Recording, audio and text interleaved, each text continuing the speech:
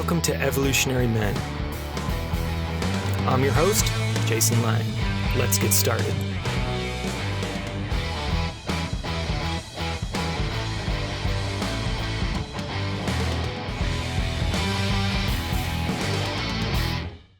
Hello, everyone. Welcome to a really fun and deep episode today about what is shadow work for women. We're going to be telling you about shadow work, sharing some personal examples, and then teasing out, are there differences between men and women doing shadow work, and how does it show up in their lives after they've done shadow work? What are the changes that people see? And if this is something that you're brand new to, strap in. If you're someone who's already done a lot of shadow work, we can always be learning more, and we would always love to hear from you. So reach out if you're curious about this episode or if you have any questions about our upcoming programs. Jason and Luke both lead a shadow program for men, and the three of us are leading a shadow program for women. No, we're super pumped. I mean, I think, Jason, you and I had talked about it many years ago, doing Heart of Shadow for women. And we were just so focused on men. And I think Violet had the inspiration and it was like, oh, fantastic. Let's do this. It was so exciting. Prior to our collaboration, I had done some shadow work with men, but really I started doing shadow work with women because as an acupuncturist, 90% of my clients were women. So I was like, well, I guess this is who I'll work with. And so it was actually a stretch for me to start working with men because I didn't know as many men. But I really got my start with women, which, to be honest, was really lovely because women I found just have more emotional literacy. They get more training, which, Jason, is something you and I talk about a lot.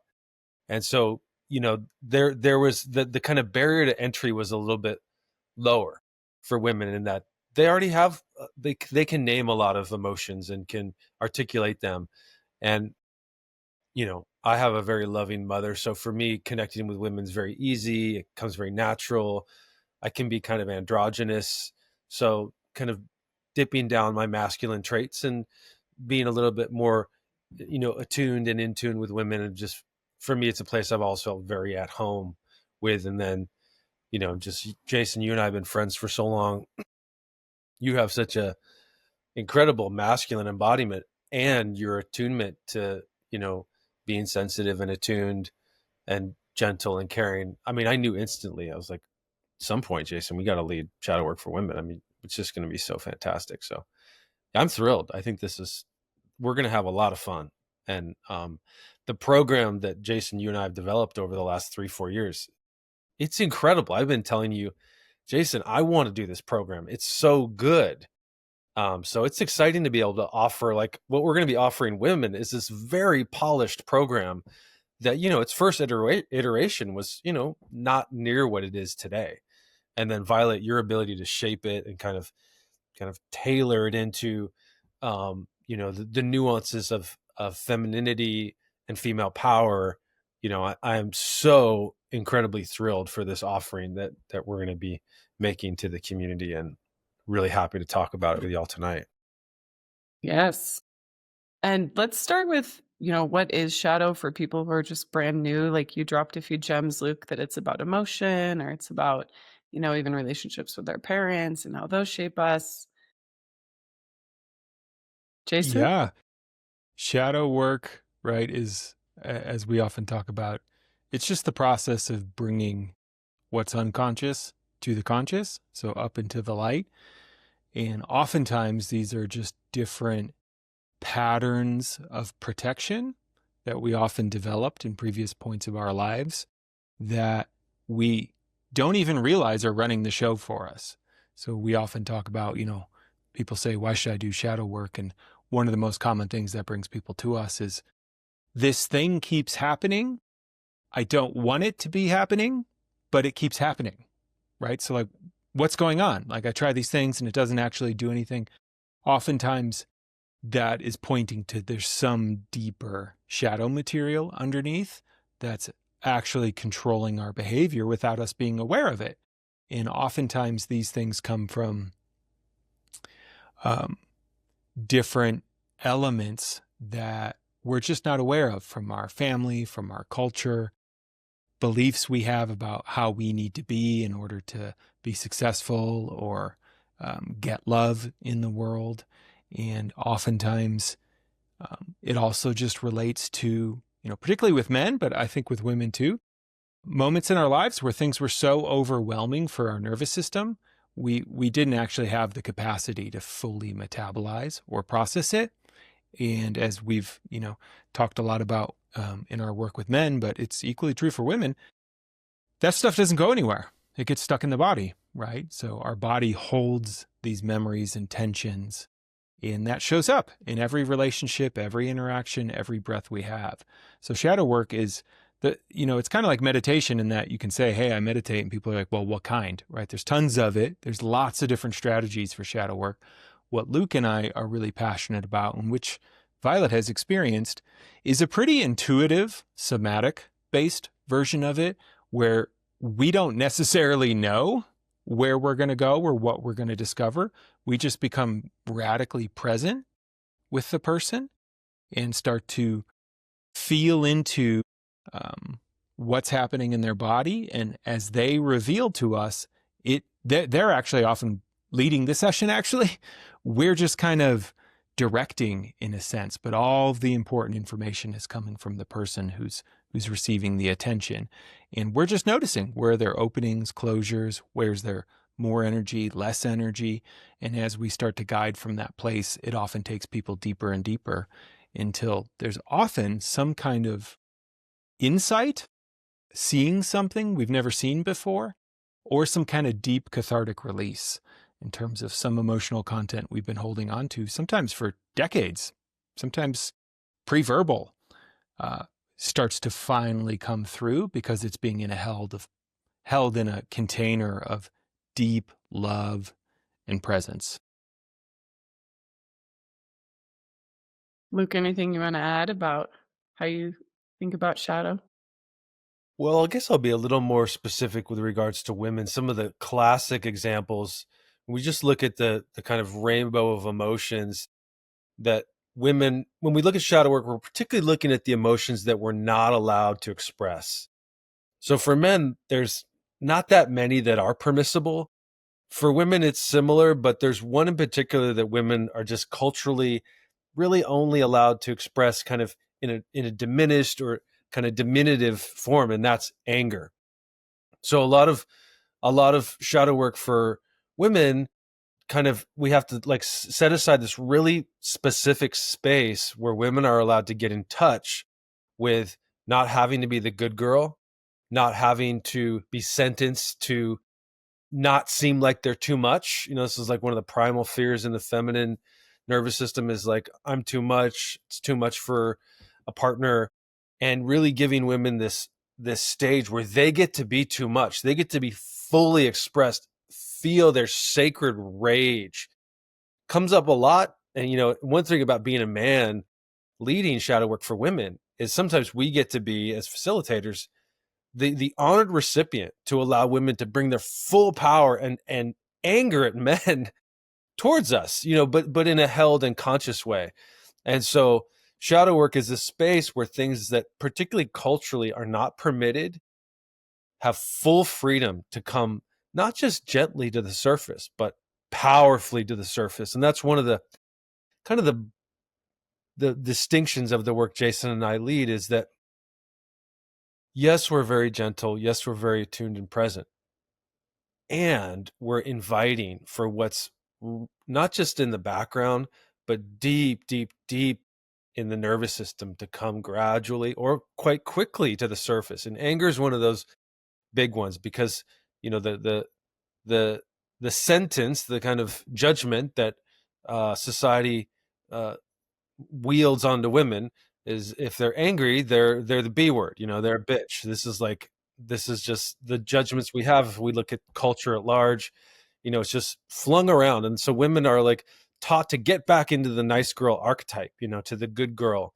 And so there's this way that women, at least culturally, don't get to come forward powerfully. And part of our work in this offering is, getting in touch with that, and then learning to bring it forward with more embodiment and power. So that's just one example. Of course, when we get into sex and sexuality, this is where we really see the deviation between men's shadow work and women's shadow work, which we can get into a little bit later. I just wanted to give that one kind of specific example and nuance that I've noticed in working with women. Yeah, thank you so much for both of your shares and painting the picture here. And I think to piggyback on what you're sharing, Luke, the anger oftentimes isn't in the body, or it's just, I'm just speaking it from my throat, versus speaking it from a deeper place.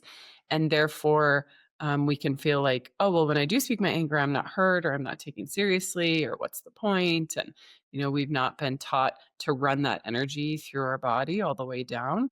And or we've been taught to express it in a way that's very calculated or strategic or like corner officey, because we want to become, in quotations, like become the man to like win at the man's game, or we've had to distance ourselves from our inner feminine in order to be taken seriously in our anger and otherwise.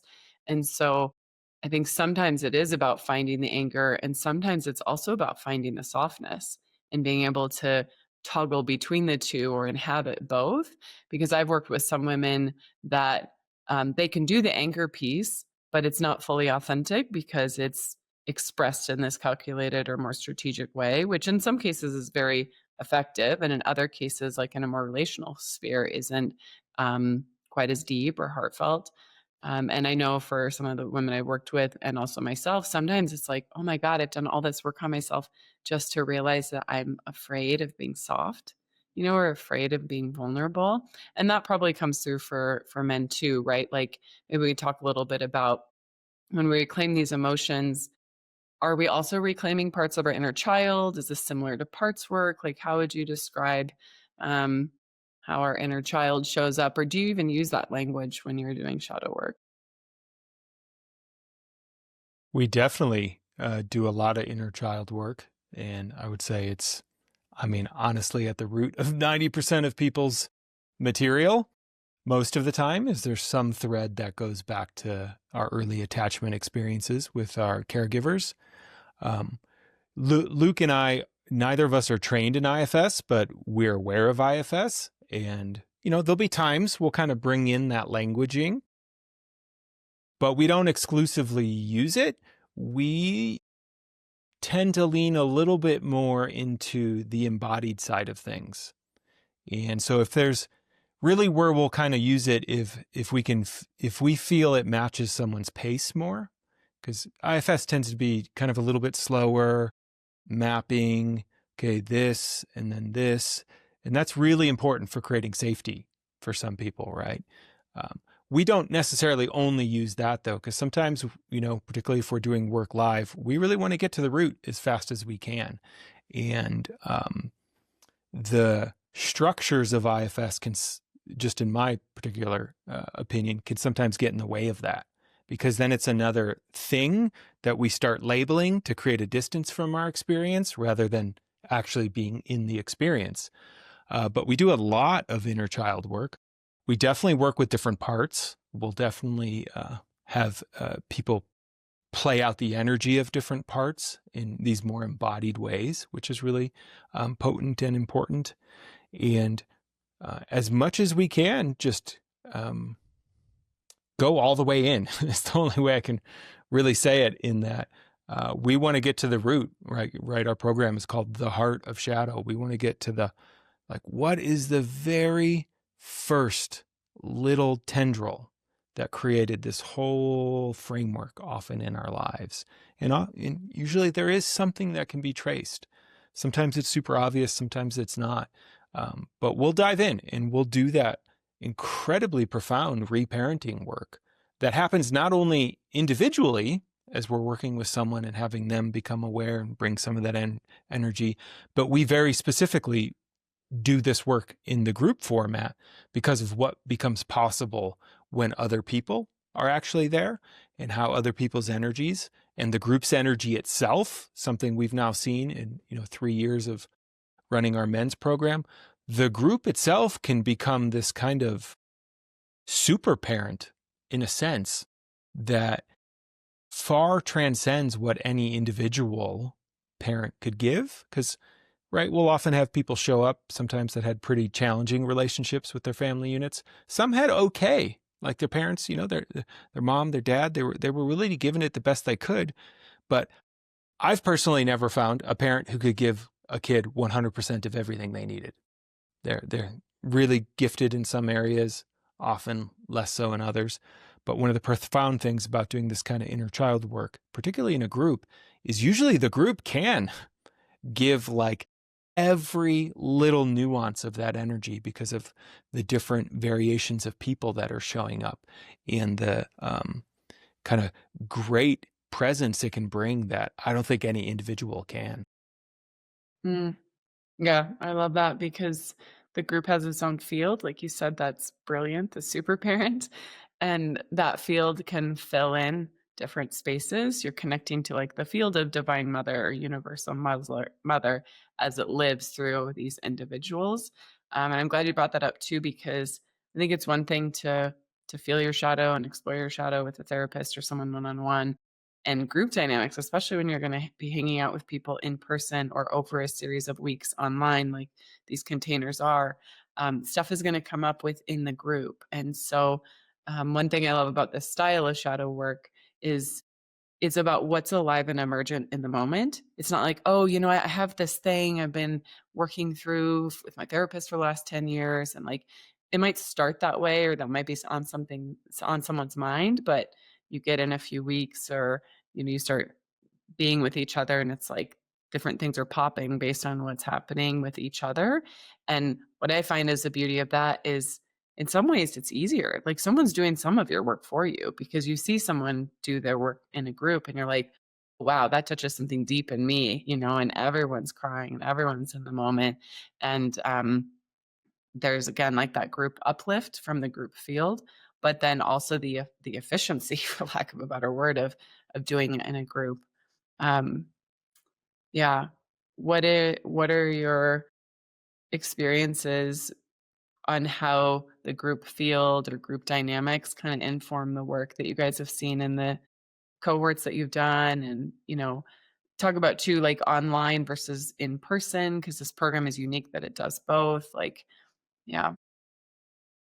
In the the distinction we want to make, particularly around shadow work and the way that we've been taught with some of our other mentors, is that it does move into, and I want to, you guys can help me name this, but it really moves into a transpersonal, transcendental, you could even say kind of a shamanic field, where this is where the distinction from like something like IFS or some kind of mapping, psychological mapping work really differs, because one of the adages we have in Heart of Shadow is that, and this is something Jason and I came up with or discovered, really, all of this is a discovery, it's nothing we're making up, is that when you get close to the very deepest, darkest shadow within your being, the thing that you do not want to face, that your entire persona and psychology is built to avoid, when the space is held in a safe and sacred way, particularly in a group, because most of our wounding is from a family system, it's from a community. When you get into a group experience, which is why we design it for 5-6 weeks on Zoom, where you develop safety and comfort, and we do shadow work. When there's enough safety and comfort, you begin to be, you're given the opportunity to face the deepest wound, the deepest, darkest wound within your being, where you then experience the very brightest possible light, right? So at the very heart of shadow is the most brilliant light. And this is one of our teachings, it's one of our discoveries, It's brought on mostly, Jason and I had this very fancy phrase, the masculine vortex. But what we really discovered is it's love. It's the state of love. And I found this to be true from almost everyone I've ever been in a group with, is that when someone shares from their depth, male or female, or wherever you are on the gender spectrum, when you share some of the deepest content about who you are, the other people in the group cannot help but but have compassion leap out of their hearts, right? When you have 9, 10, 11, 12, 13 souls just emitting compassion, it's like a tractor beam that just saying it's okay to heal. It's okay to let go of this. We've got you. It's like this, you could say it's a kind of rebirthing. You could say it's a soul retrieval. You could use some of these colloquialisms we hear in the healing world, but really it's just what happens when enough love gets generated in this space at a deep enough level that it's not about mapping something psychologically or sounding intelligent. It really is about the very, very heart of healing. And this is a thing that Jason and I know in your work, Violet, we're just not afraid to face that. We're not afraid to go into that. We like it. We like the gnarlier it is, the brighter the light. The brighter the light. And that's why we're so compelled by the work. That's why we never get sick of it. That's why, yes, it's hard work in a certain sense, but it continues to inspire because it lives in the very, very source place from which inspiration arises. This is the secret. This is why the work keeps unfolding, and more people want to do it. And it's not a technique. It's a commitment. It's a commitment that Jason and I have, and those who want to do it, they're interested in it. They're like, yes, I don't want to just understand. I want to transform fundamentally my relationship to pain. And I want to reoccupy my mind body with more sovereignty and choice. This is the result, It's not that anything changes from who we are. It's that our relationship to it utterly rearranges itself. Mm-hmm. I love that shift from mental mapping to embodied transformation. And I'll just add on that the masculine vortex, or whatever you want to describe it, is in some ways also the same energy as the dark mother, the womb of creation, like the cycle of life, death, and rebirth. And for women that are listening and are like, I don't know, pain and all these things, like, first of all, you're already living pain. Like, we all have a relationship to pain, whether we want to admit it or not. It's how much suffering are we incurring, day after day, year after year, and how we are or aren't facing and being with that pain. And I think there's a part of the feminine that just intrinsically understands the life, death, and rebirth cycle, whether you're a mother or not, and whether you're currently menstruating or not. And so it doesn't mean that it's like a leg up or something, but just a reminder to anyone listening that might feel a little intimidated, like, how to do this. You've just forgotten because our society has a problem with pain. You may not have a problem with pain when you strip away some of that conditioning from your family or from the systems that we live in. And there is like this delicious pleasure and visceral sense of joy mixed with relief, mixed with wonder or awe, like when you go into these deep, in quotations, dark places. And I think the dark feminine is so needed right now in our society. This ability by all gendered beings, but the feminine within all genders, to metabolize suffering with compassion. And so I hear that even in the Heart of Shadow for Men that you've been leading, there are a lot of feminine principles. And this does really apply so much to women as well. And I think that's exciting. And I'm excited for not only the three of us to lead this program, but also what becomes possible as cohorts, more and more cohorts come through, because then there'll be co-ed trainings and all sorts of, iterations that flow through. Yeah, I think what we've discovered with the men's program, and I think we're going to discover here with the women's program, is ultimately shadow work is just human work. Like, when we really get deep down to it, actually the wounding is often the same. It's what created that wounding often is very different circumstantially. And the power, particularly of first getting into the work of the safety and the shared reality of being around men who have experienced the unique wounding men experience, and women experiencing the unique wounding women have experienced, just creates that safety to really become comfortable with the experience. And, our trajectory is then ultimately beyond that, we'll be able to do some co-ed work and with people who are kind of used to the work in a sense. And that, right, I think what you two have named here is really the heart of shadow. In a lot of ways, what we're doing is we're getting to the root of where yet has love not flowed inside of us. So shadow is often the place where either we believe or our body has constellated or we've been taught that it's something where love isn't allowed to be. It's too dark. It prevents us from being available for love, for being worthy of love. It's a story we have inside of ourselves. It's some overwhelming amount of pain that's still locked in our system that leaves no room for love.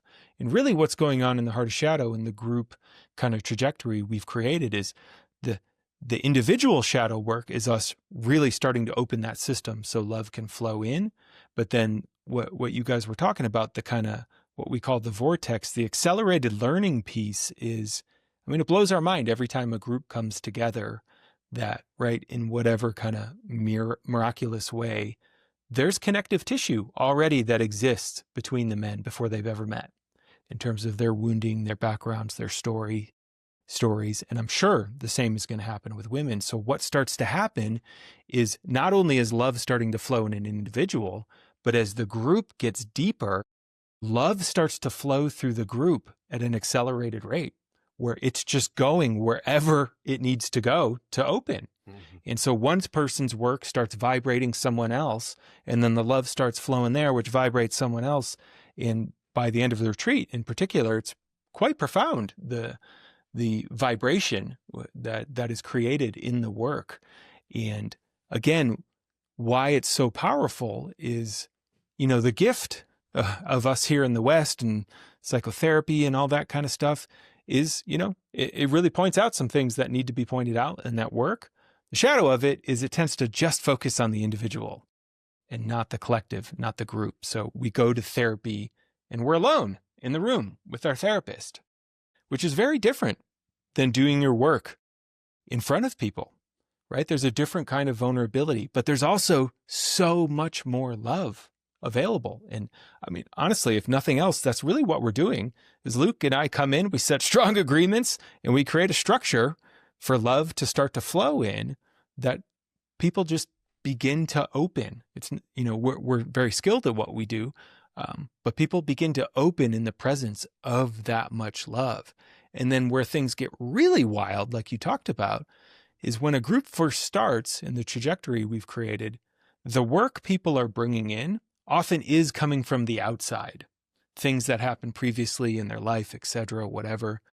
But as a group matures, the developmental trajectory is a family system does form, right? We start playing the roles, certain tendencies start coming out, things start to happen within the group.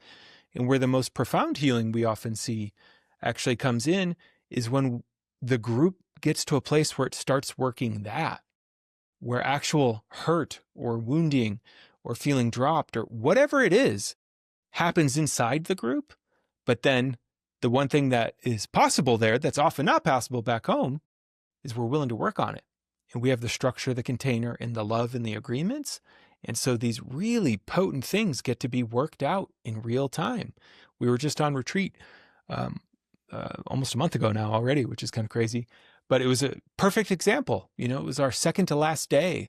And a man brought something forward in real time in the group. And it ended up being one of the most profound pieces of work he did, because it was the first time in his life he had ever been able to bring that kind of thing forward and have it actually be worked with and not demonized. And it ended up creating a lot more connection, trust, and safety in the group. So that trajectory, what's really powerful and why the program we create, it is a journey. It's a journey of first getting to know each other online, virtually, from the safety of your home and kind of building some rapport, doing some deep work. But then we do go on retreat for 3.5 days at a point where you've already kind of gotten to know each other. So it's not like just showing up to a retreat where everyone's strangers and you're feeling each other out. You've seen each other be vulnerable. And we can basically just hit the ground running. I mean, it's wild. Like we just go. And by the time we walk out of there, the connections are lifelong connections. And then Luke and I really set up the program. And now with your help for the women that want it, this will be a group that can grow with you throughout your whole life, that you can keep coming back to. There's structures, there's tools. We teach you the basics of the shadow work. So the group itself has the ability to continue forward, which is really where it becomes the most potent it could ever be, and the most rewarding and the most useful, because that's the thing a lot of people don't have. And what we are specifically working here, I think that does make it unique is, for the men, it wasn't just a men's group. And I think for the women, it's not going to be just a women's group. But the frame we're really teaching is this is a shadow work group, which really can cut beneath the surface of a lot of the things that often cause groups to fall apart long term, in my experience, because it keeps it very visceral, very potent, and very directed in terms of what are we doing here. It's not a place to just come report about our life for 20, 30 minutes a piece, right? We set a little bit of context, but then we go in to create movement, to feel, to express, to go deeper. And what we found is the groups we've created so far with men have been quite durable, right? Our very first group we started 3 years ago, they're still meeting. And every group since then has continued to meet. And our hope is it's going to be the same experience for women. And, I'll just name here, someone, ladies listening might be like, well, why are men leading shadow work for women, right? And the way Luke and I are approaching this is we're really good at leading shadow work. We are not necessarily great at leading a women's group because we're not women, right? And that's why it's very important that we're partnering with Violet in this. She'll be involved in the shadow work, and she'll be kind of holding the structure of the women's group itself in a way that we just don't know the inside of in terms of that work. So it's going to be an actual collaboration in that sense. But ideally, what we want to do by the end is really hand over the keys to the group so they can bring it forward. And it's not our group, right? It's your group. It's whoever comes into it and really wants it. And what we've seen is the ownership of that just really changes things, because it's, once we're done with the program, you're not paying us a membership. It's not like I have to pay my monthly dues. The group is yours. It's yours, right? No one can take it away from you. And that we are finding is a very rare and precious thing. Yes. I want to expand into, as the program goes on and as the group continues to meet, both within the men's groups and men's shadows groups that you guys have led, but also Luke, with the shadow work that you've done with your female clients, like what are some of the wins or impacts that you're seeing? Yeah, the thing that Jason emphasized that we discovered through Heart of Shadow and through our own men's group, Jason and I have been in a men's group for 8-9 years now. And we all know this. Those of you out there that do spiritual work and transformational work, you all know this. You go to a workshop, you go to a training, so amazing, the training, you experience God, you hear transcendental messages, the angels come to you, the Mother Aya gives you the instruction, the key to the kingdom for your lifetime. And then, inevitably it fades away and you're back doing your same old shit and you get clogged up by the world. And then you're like, when's my next program, And truly, one of the things that we've discovered is that real transformation and change that's integratable over time occurs when that space of depth is held over time. And this is the real genius of Heart of Shadow. And it's nothing that we didn't know it was going to occur. We discovered it, particularly for men, also true for women. A little bit different though. Men are so vanquished from the experience of masculine love and safety. Jason and my generation and the couple generations before us, there's no generation of men alive right now that could say their fathers were incredibly present and loving and caring. The two guys in my life that I've met that are like, God, this guy's so wonderful. turned out to have dads who were super present and encouraging and loving and emotionally sensitive and strong. I was like, oh, that explains it, right? And in a men's group, over time, what happens is we get to experience all of these dimensionalities of masculine love that are so healing when that is present over a long period of time, years, not just a weekend workshop or a 10-week course. This is also true for women. Women in some ways maybe have a little bit easier time generally around having loving, supportive relationships, maybe with mom as compared to dad. But there are, of course, issues there. When a group of women get together over time, and I can attest to this because I've started several shadow work groups in the Northwest that are still meeting.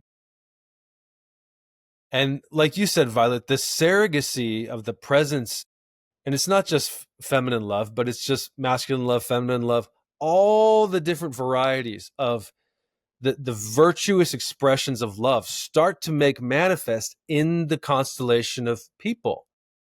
The remediations, the remediated vibrational energies that are needed start to appear in the group, right? And so over time, this is why Heart of Shadow is so genius. This is why I want to take the course.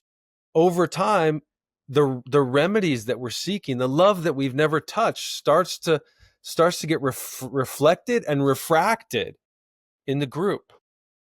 And it's just so incredible to discover new experiences of love, which are impossible to even consider, because deep in the shadow isn't just your pain.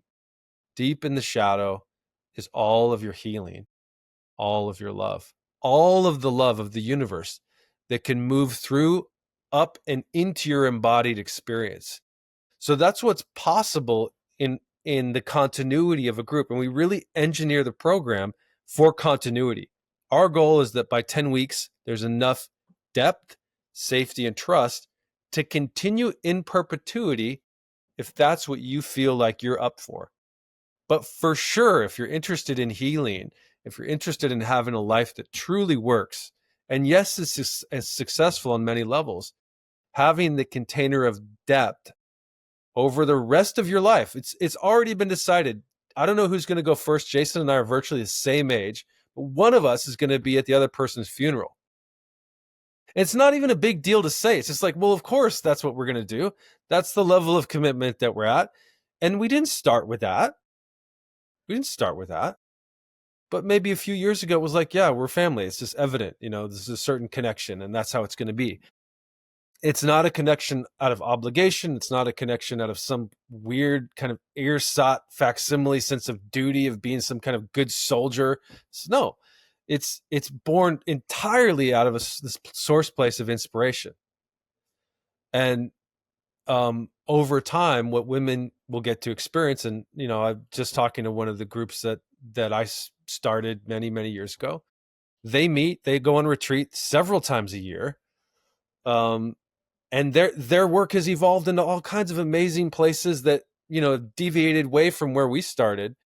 And I don't even check in with them much anymore. They're just like off having this incredible experience of deep, deep friendship and deep love and unconditional support. And I think, my very first piece of shadow work that I ever did was with Jason in Hawaii, maybe 9 years ago. I can't remember what time of year. I think it was spring. We all fundamentally long for love in all of its varieties and flavors that we've never experienced. We just do. We're built for that. And what I would add to it, why I think it's different, and I'm all in on shadow work, is that I do think there's some ultimate path around having that experience be embodied, not apart from the body, not a transcendence that's body exclusive, but that's body inclusive. And so in shadow work, in this context, we're very body positive. We listen to the body. The body is wise. We honor the bodies of everyone in the circle, understanding that wisdom is being brought by everyone. Everyone in the circles is a healer. Everyone's a teacher. If we do our job well, we enable that teacher to come forth fully. And over time, it just comes forth more and more fully, with more power, with more kind of penetrative presence. And yes, the utmost tender sense of softness, a softness that's so inviting and so safe that you cannot help but completely surrender. And this it's just endless. It's endless discovery, truly. Mm-hmm. And I think that if women are listening are like, well, I kind of have a lot of connection in my life or have a lot of female friends. I want to highlight what Luke was saying about depth, because I think the shadow of some of the dynamics that happen in circles of women is that it can become catty or competitive or, betrayal or all these very complex, like social things that happen in groups of women. And when you do shadow work, yes, it is about reparenting and the inner child stuff, but it's also about all the cycles of our development. Some of the most powerful shadow work that I've received was about being bullied in middle school and high school and like how that played out. And so it's from the youngest part of ourselves, the pre-verbal, all the way through the different stages of development. And I personally think that um, there's an opportunity for feminine authenticity and depth and um, kind of rawness beyond the complaining or the gossiping or whatever we might have gone accustomed to or might be expected from women. So I just want to throw that out there, that there are, like you said, Luke, infinite ways of relating and layers that we can get to. I also just want to share that if you're listening and you're like, well, what about other types of shadow work?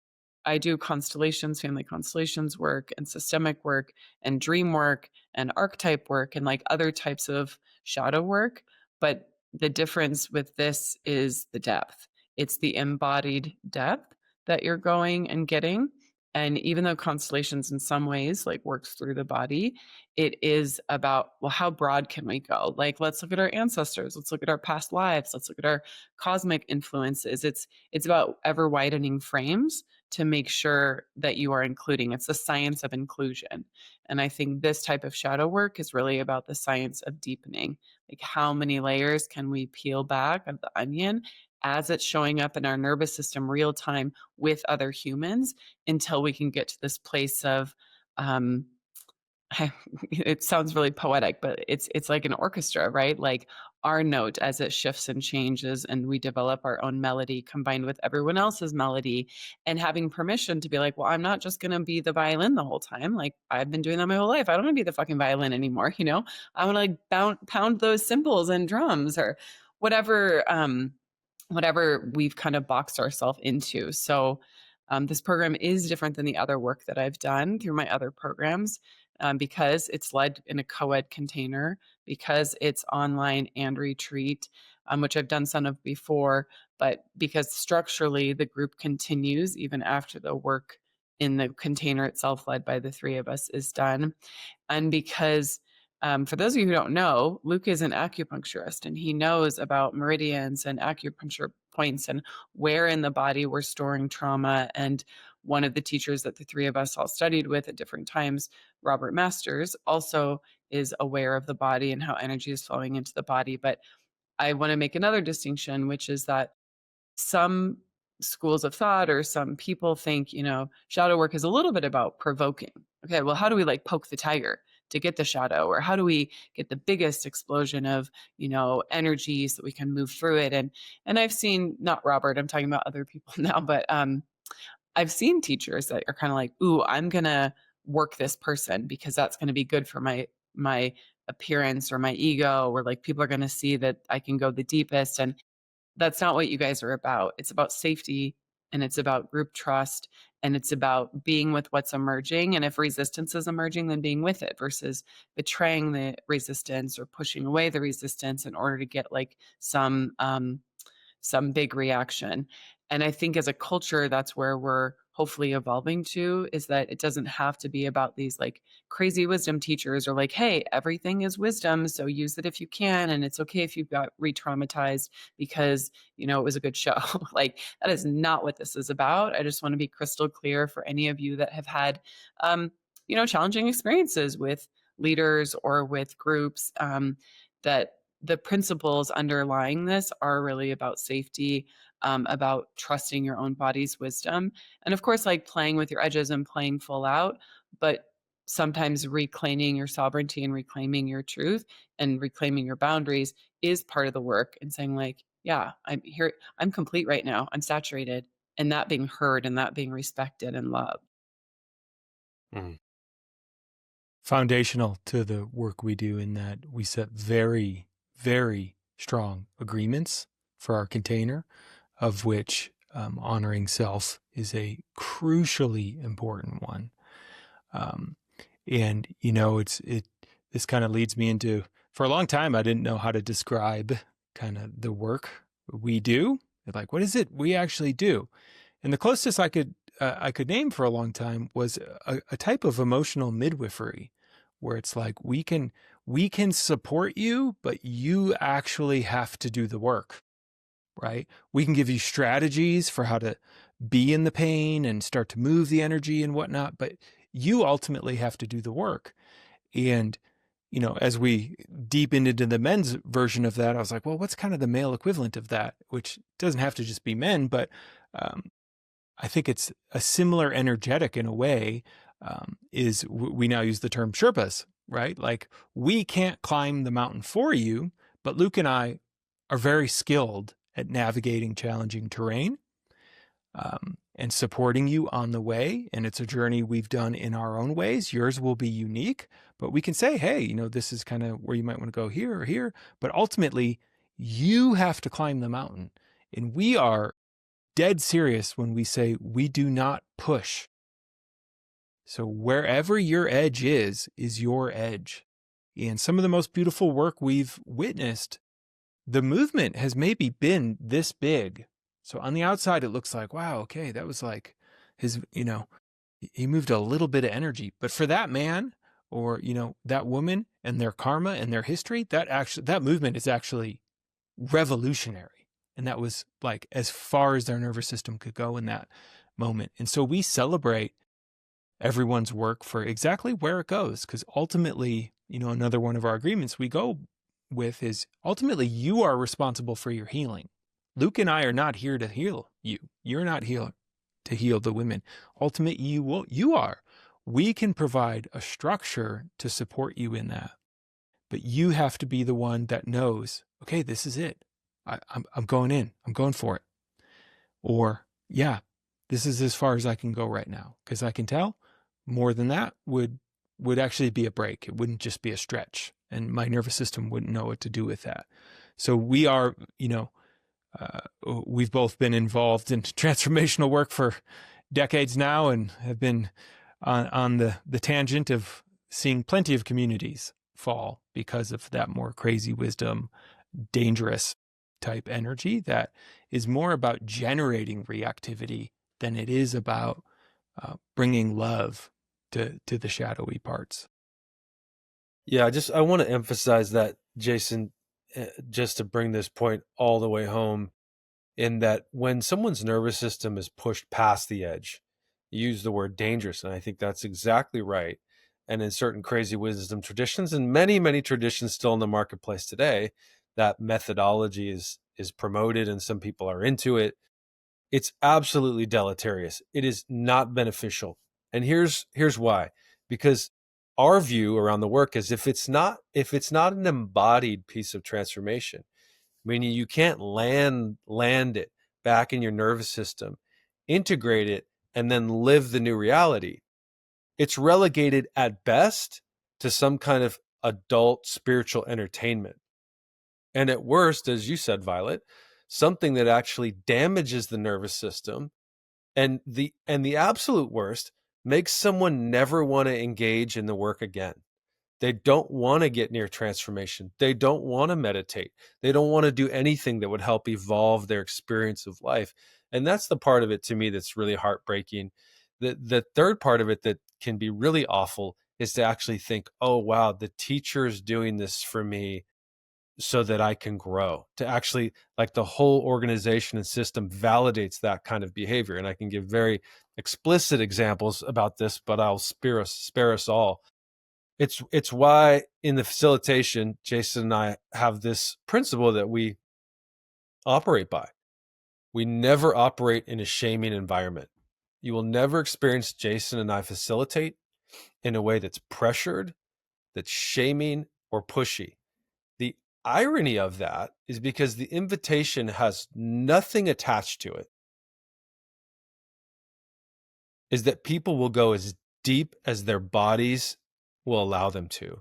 And it's why, I have, and Jason, you have gone all in this way of facilitating, because it's the deepest work I've ever experienced, because it allows someone to integrate what they're ready to integrate, make good use of, and really deliver into their life, their family, and communities. And it's tremendous. It's absolutely tremendous. And to be frank with everyone, it requires tremendous focus, devotion, and sacrifice. It's like all of these retreats Jason and I have done, we've had to leave our families. Jason and Violet, you two have young kids. I have relatively young kids. But we do this work and we do this offering because we feel like it's the highest thing we're capable of offering in service to others. And so we're just compelled to continue to do it, and for those that are ready, to feel pulled to it, I promise you this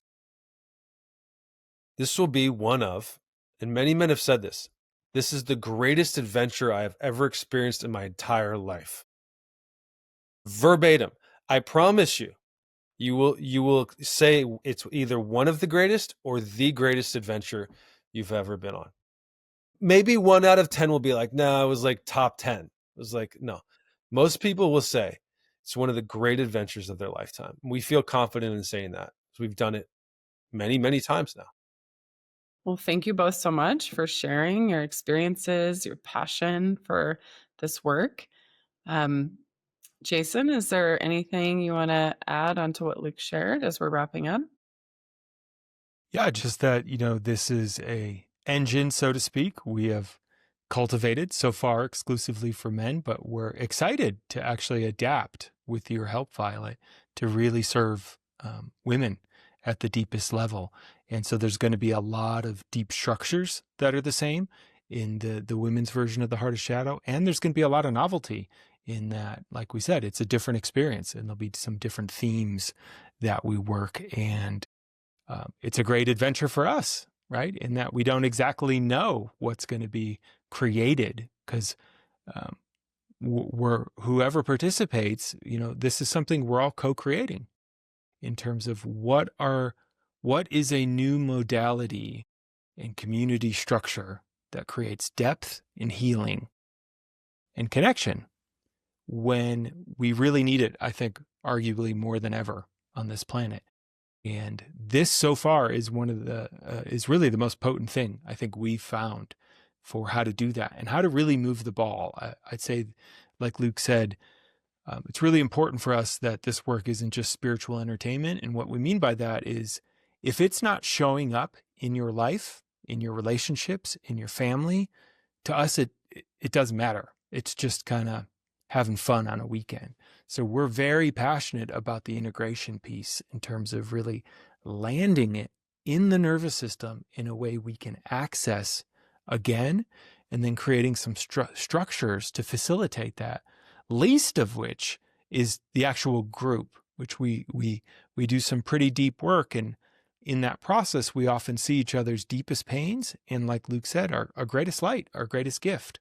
And the power of the group then becomes, as individuals, we're always going to forget our light. But the members of the group, they remember. They've seen us for who we really are. And so the group itself becomes a way to just remind each other of like, oh yeah, no, I was there. I felt it. That was real. That's who you are. This is just habit or forgetting. And so even when, you don't believe, I believe.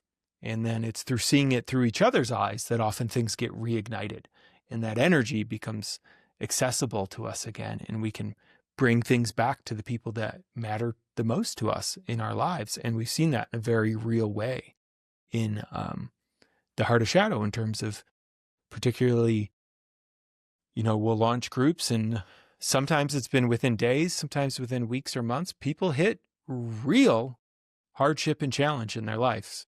health challenges, family losses, job losses, and that structure of the group is as I said in a recording I did recently, but I mean, it's just as applicable to women, is the group itself becomes shock absorbers for life, right? So as the terrain gets bumpy, it helps us navigate that and not be hit so hard when things get really challenging. And we're all going to get hit. It's just the way life works, right? Life is suffering. It's there. But the group helps us manage that and stay connected to who we are and our real great gifts. And shadow work, is the fastest way I think we found to create deep bonds, because the paradox is often the part of us we feel is the most unlovable or unworthy of love. As we bring that forward into a container with agreements and structure and safety and love and presence, it's often what makes people feel the most connected to us. And those connections, as we are seeing both in our personal relationship, Luke and I's, and then in the cohorts of men we've started so far, they are to the grave. They're like, okay, you're in my life now, and I'm with you on this journey.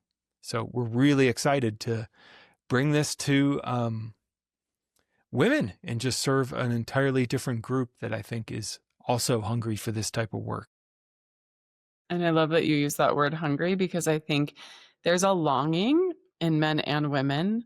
And I really feel it come through women often, is shadow work can also be a vehicle for tapping into longings that you haven't allowed yourself to feel, or that you felt but have felt helpless to bring to life. And this is not like law of attraction or, spiritual bypassing. It's about really being with the depth of the feeling and the depth of the longing, and letting that be a shared currency in the group can be very powerful.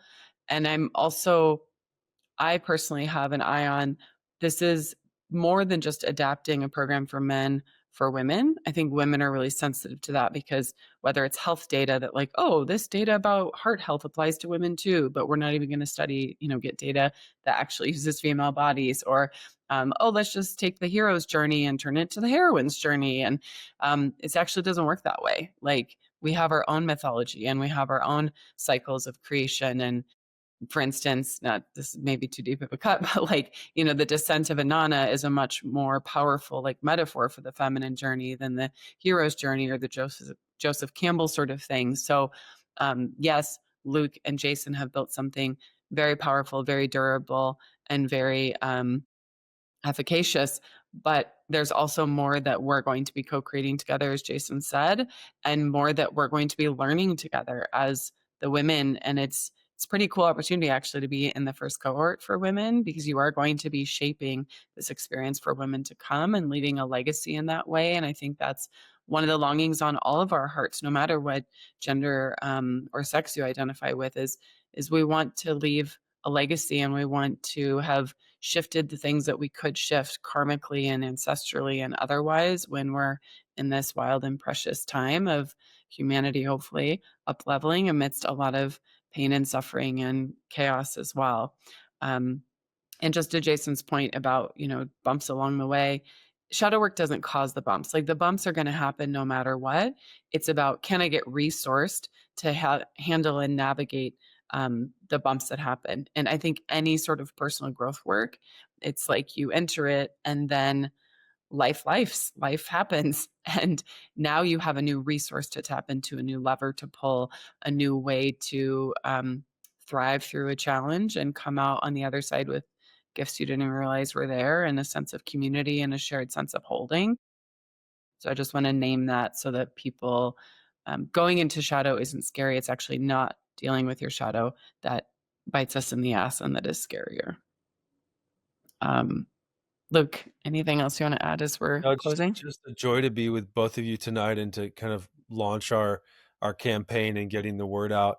And I'm very excited to have some more pods on this subject, because there's so much to talk about. And of course, this is really where I got my start in shadow work, is working with women. So for me, I feel like I get to go home in a lot of ways, working with a group of people I feel very comfortable with.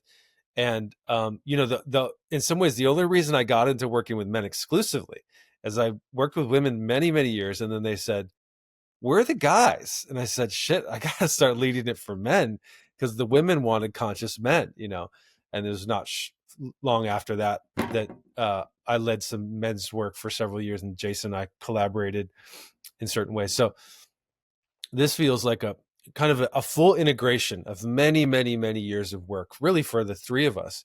And so I'm just very excited. I'm really excited to be with you two. And then it's going to be so much fun to work with women. And it'll be different in a lot of ways, but the love and longing, like you said, Violet, is really the same. You take the genderizing away, and of course we're conditioned differently from childhood, so that we have to tend to that. But quickly we move past that. We feel, wow, we're all longing for the same thing, really to come home. And the shadow work, Heart of Shadow experience creates an embodied home, a community. It's really a lovely thing. So I'm very excited to be with you too. Mm. Well, thank you both so much. I know this is just the first of many conversations we're going to have, and maybe even some live workshops or experiences coming up. So stay tuned for that. And the links will be in the show notes of how to learn more about Heart of Shadow for Women and how to sign up. We're starting in a few months, and we already have a lot of people interested. So to Jason's point, there is a magic that works in the field to align the right group at the right time, and your journey will be the perfect medicine for someone else, and vice versa. Their journey will be the perfect medicine for you. And so if you do feel like, I've always wanted to do shadow work, or there's been some things that I just haven't had the bandwidth to look at, and I don't want to face by myself. Or if there's just a part of it that's like, this sounds fun in like the craziest sort of way, I'm in, then check out the link and reach out to us. And any of us would be happy to have a phone call with you and learn a little bit more about where you're at and what you're looking for in your journey and how this might be the right fit for you right now. Bye, everyone. Thank you. A pleasure.